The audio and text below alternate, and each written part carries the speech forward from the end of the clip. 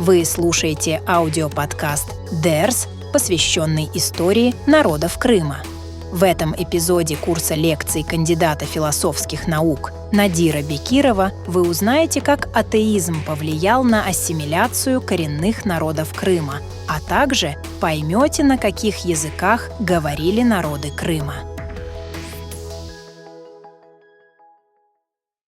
Как вы понимаете, эта ситуация продолжалась, в той или иной степени, в общем-то, до 20 века. До того времени, когда силой практически всему населению Советского Союза, всему, что оказалось под советской властью, стал навязываться атеизм. То есть отказ от любой религии. И понятно, что наши тоже дедушки и бабушки, кто более открыто, кто менее открыто, но старался почитать эти традиции, хранить их в семье. Но, с другой стороны, и атеизм повлиял на более молодые поколения. Отсюда возникло и большее количество у всех крымских коренных народов смешанных межнациональных браков, но в основе межрелигиозных или нерелигиозных браков. Отсюда и пошел более активный процесс ассимиляции. У всех, в первом сущностном варианте это ассимиляция с другими религиями, по сути, это в то же время ассимиляция с другими народами. Появилось большее количество метисов, не из тех национальностей, которые раньше не жили в Крыму, не соприкасались с коренными народами Крыма. Этому, конечно, способствовала и депортация крымских татар и части караимов, невольный переезд на десятилетия в другие регионы Советского Союза, соприкосновение с другими людьми на фоне общего атеизма, а иногда на фоне какой-то религиозной близости, как, допустим, с узбеками или с уйгурами, или с кыргызами, наоборот, тоже, опять-таки, эти барьеры ослабевали, и активно шел процесс ассимиляции, который, к счастью, сейчас не растворил все еще крымские коренные народы.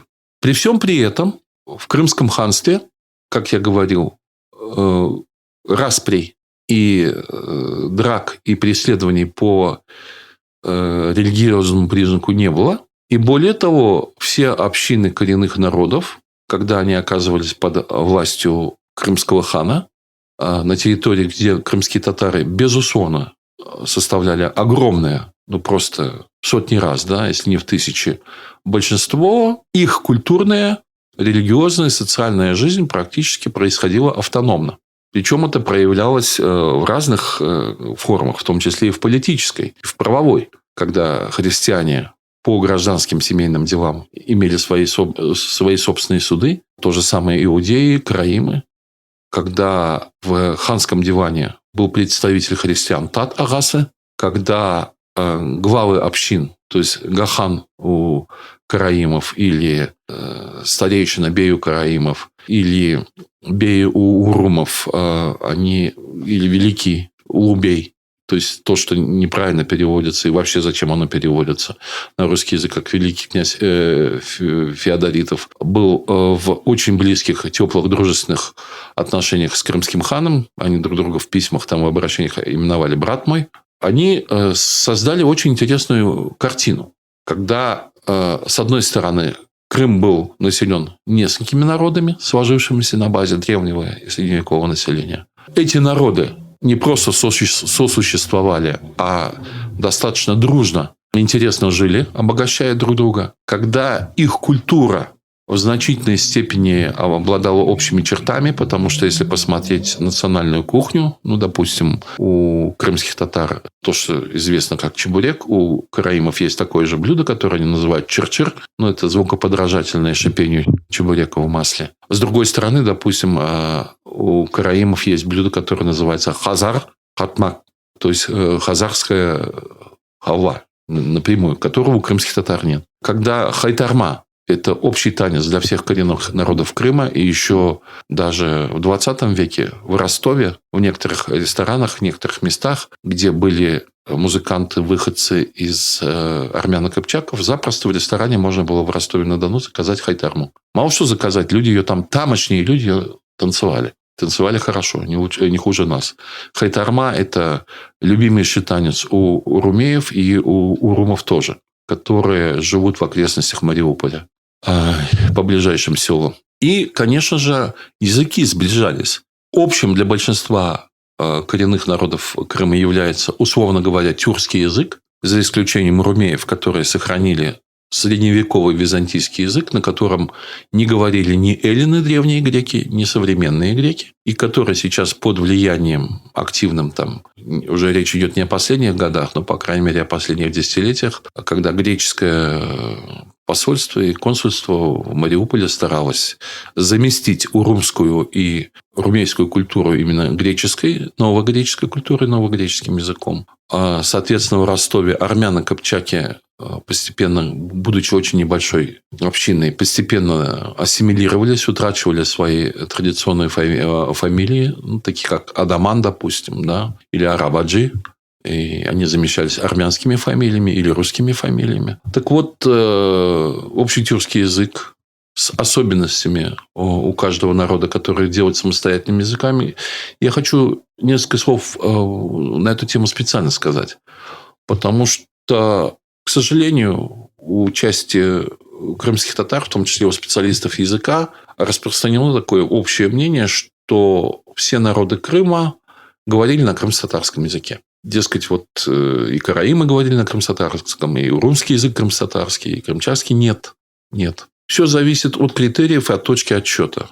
Потому что, например, у некоторых лингвистов Турции есть представление о том, что все тюрки, все тюркские народы, независимо от того, где они живут, как называются, говорят на одном тюркском языке. А вот то, что мы называем языком, то есть, допустим, крымско-татарский, татарский, узбекский, якутский и так далее, обозначается как легче, то есть наречие.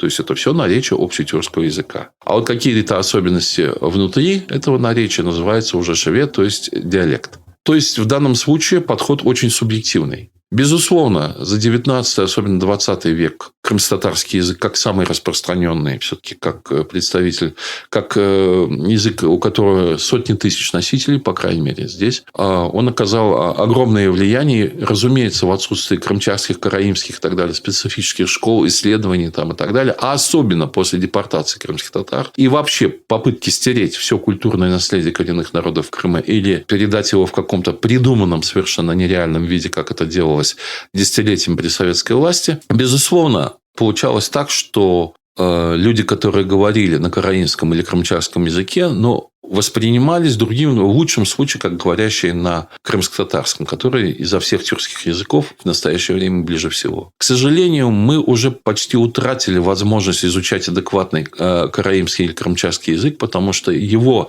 свободные носители умирают у нас на глазах, буквально умирают у нас на глазах, а некоторые уже и. И словарь не всегда в состоянии передать те особенности языка и то богатство языка, которое существует или существовало в действительности. Это касается в том числе и крымско-татарского языка, где все диалектные слова в так называемом официальном крымско-татарском литературном языке считаются неправильными и исключаются из словоупотребления. Если человек говорит или пишет на этом диалекте или где-то там использует в письменной речи, ему говорят: так, это забудь, значит, пиши правильно, правильным словом, правильном произношении. Это ущербность. Таким образом, я стою на той позиции, что это были самостоятельные языки, в значительной степени самостоятельные культуры, хотя, конечно же, к XVIII веку в значительной степени сформировалась и общекрымская культура на базе нескольких религий, на базе вот этой полиэтнической общности, потому что наши предки, совершенно, подчеркиваю, скажем, не тюрки, явно не тюрки, готы, да, скандинавы.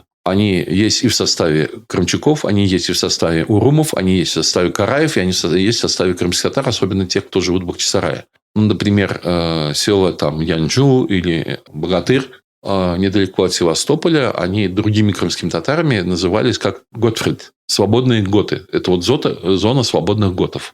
Сами крымские татары об этом помнили. Тем не менее, мы уже были одним народом и отличались по вероисповеданию от других. Вот это богатство этническое, языковое, культурное, которое копилось в Крыму на протяжении не просто столетий, а тысячелетий, оно, к сожалению, конечно, при советской власти, еще при российской имперской царской власти, и в значительной степени при российской власти и в значительной степени при украинской власти разрушалось, уничтожалось, причем отчасти стихийно, потому что, да, кому нужно ваше кладбище, кому это интересно из новых хозяев Крыма. Да, это просто руины какие-то, стоит ли на них обращать внимание, да? То есть, в Афинах там, или в Москве, или там где-то под Киевом их надо раскапывать, изучать, замерять, хранить, да, а в Крыму это, мешает, да, дорогу проложить. Там, или кукурузу засеять. Отчасти это и целенаправленно делалось. Я очень надеюсь на то, что история даст нам шанс собраться вместе в Крыму, в том числе тем, кто по разным причинам из него в разные эпохи выехал. В 100% мере, разумеется, восстановить традиционную крымскую культуру и по народам крымско-татарскую, караимскую, крымчакскую, урумскую, урумейскую вряд ли будет возможно. Есть безвозвратные потери, совершенно понятно. Но в значительной степени ее реанимировать, оживить, сделать актуальной не просто для полки в музее или там для книжки на полке библиотеки, но в самой реальной жизни. Я очень на это надеюсь и сделаю для этого все, что можно. В следующей части цикла аудиолекций о народах Крыма вы познакомитесь с самым многочисленным коренным народом полуострова – крымскими татарами. Вы узнаете, что писал в XVIII веке французский просветитель и философ Монтескью о татарах – победоносном и великом народе, которому не хватало своих историков.